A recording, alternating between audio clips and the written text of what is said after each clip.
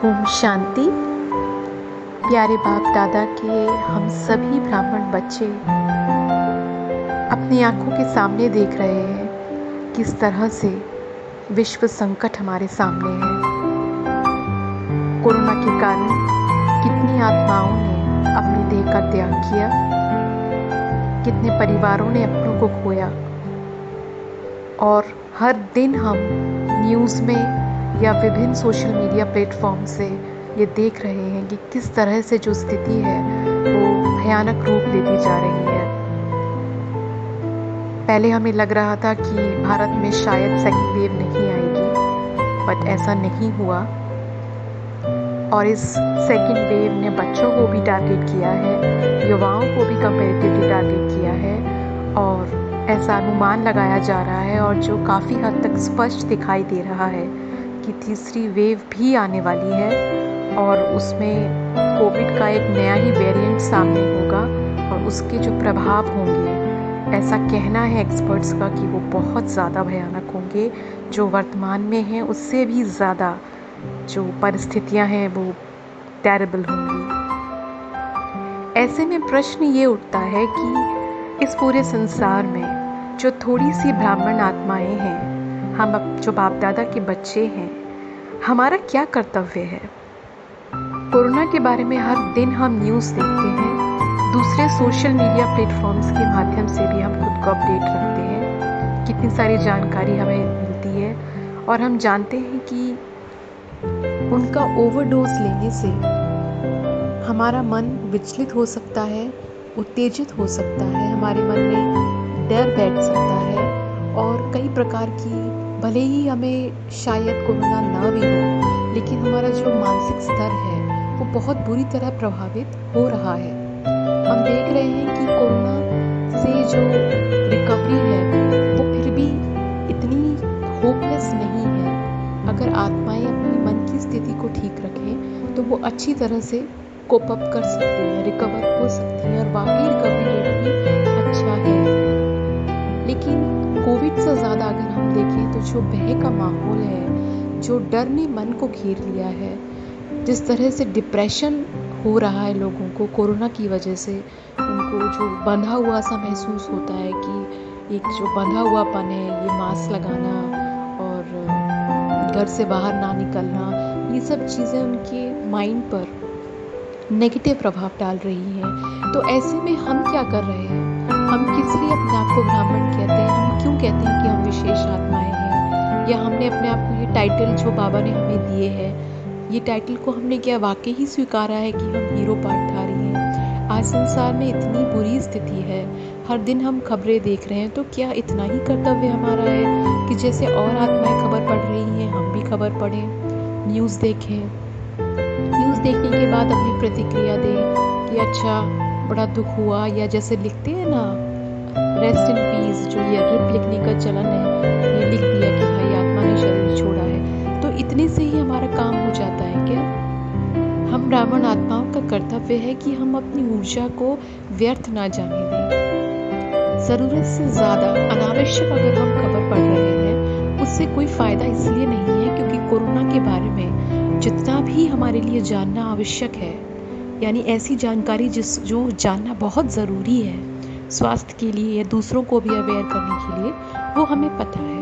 हम सभी को भली भांति पता है, हम अच्छी तरीके से अवेयर हैं, यानी और ज़्यादा जानने की आवश्यकता नहीं है। तो हर दिन जो खबरें आ रही हैं उनको बार बार पढ़ने से, हाय तौबा मचाने से, दूसरों को फॉरवर्ड करने से हम ये क्या अपनी ऊर्जा का सही इस्तेमाल कर रहे हैं? क्या हम अपने समय का, ये मूल्य जो हमें ये बाबा ने साधन दिए हैं, हमारा समय, श्वास, संकल्प, इसका क्या यूज़ कर रहे हैं? यही तो वो वक्त है जब हमें यूज़ करना है। देखिए, बाबा ने ऐसी कोई भी बात नहीं है जो हमें नहीं बताई है। मुरलियों में बाबा ने हमारे सब प्रश्नों के उत्तर दिए हैं, सारे राज हमको समझाए हैं। तो अब ये हमारे ऊपर है, हम समझें कि हमारा इस समय क्या कर्तव्य है, क्या कॉलिंग है हमारी। जो कुछ भी हो रहा है, हम सभी ब्राह्मण बच्चे भली भांति जानते हैं कि वो क्यों हो रहा है, और वो होगा ही ज़रूर, वो होना ही है, वो टल नहीं सकता है। वो क्यों हो रहा है जब हम ये जानते हैं, तो जब प्रश्न समाप्त हो गया तो उसके बाद केवल कर्तव्य बचता है।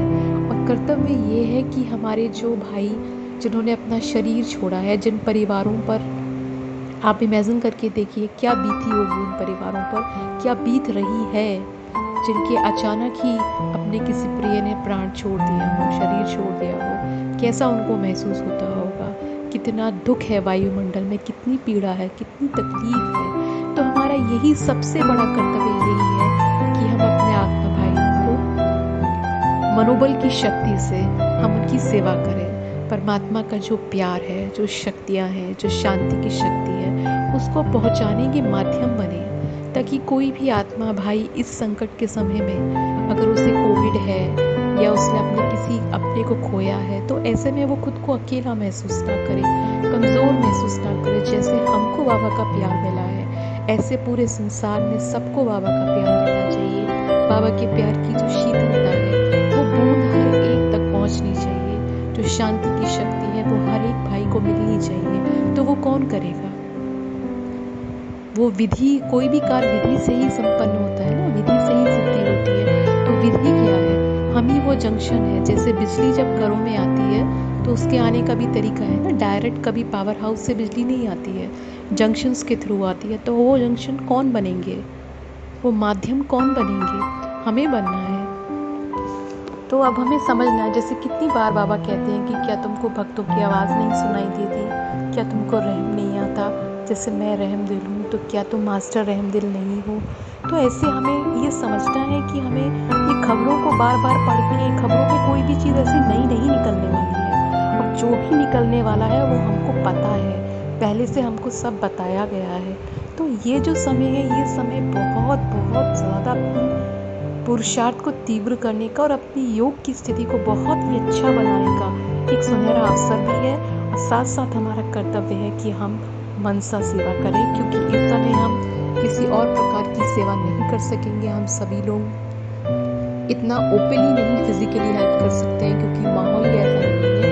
लेकिन जितना भी पॉसिबल हो, हमें फिजिकली, इमोशनली और स्पिरिचुअली हमें मदद करनी है। ये मदद करने का समय है। मास्क लगाने का, ये सोशल डिस्टेंसिंग का ये मतलब नहीं है कि हम हेल्प नहीं करें, इंसानियत को भूल जाए। हमें मदद ज़रूर करनी है, जितना संभव हो सके सभी नियमों का पालन करते हुए हमें एक दूसरे का सहयोग करना है, एक दूसरे को सपोर्ट करना है।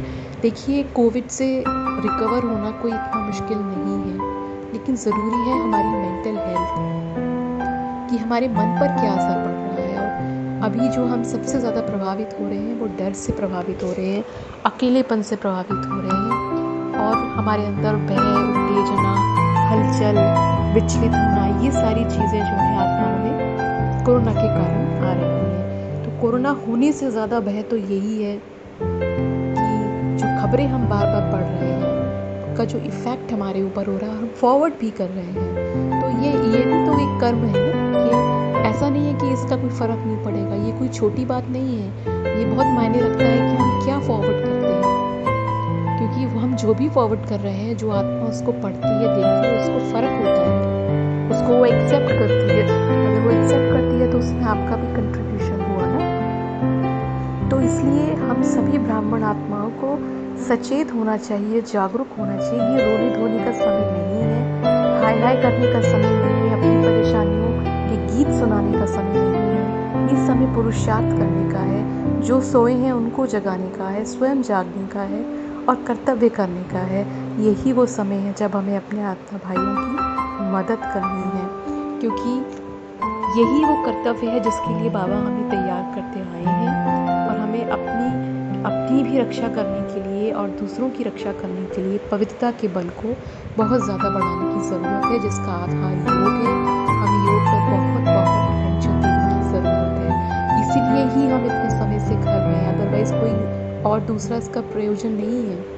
घर में होने का मतलब ही यही है कि ये समय जो है योग के लिए है, अपनी यौगिक शक्ति को, अपनी जो साइलेंस की पावर है उसको बढ़ाने का समय है। तो आज से हम लोग ये दृढ़ संकल्प करेंगे कि बहुत ज़्यादा ओवरडोज न्यूज़ की देखना बंद करेंगे, नेगेटिव मैसेजेस को स्प्रेड करना बंद करेंगे। जो मैसेजेस फॉल्स हैं, जिनकी ऑथेंटिकनेस के बारे में नहीं कह सकते, उनको बिल्कुल फॉरवर्ड नहीं करेंगे, बिल्कुल बिल्कुल नहीं पड़ेंगे और अपना जो कीमती समय है उसको बहुत ज़्यादा सोशल मीडिया पे लगाने की ज़रूरत नहीं है। हमारा कर्तव्य इस समय केवल योग से अपने अंदर शक्ति भरना है और सारे संसार को उस शक्ति का दान करना है। इसके अलावा दूसरी कोई भी बात कभी हमारे लिए महत्वपूर्ण नहीं होनी चाहिए।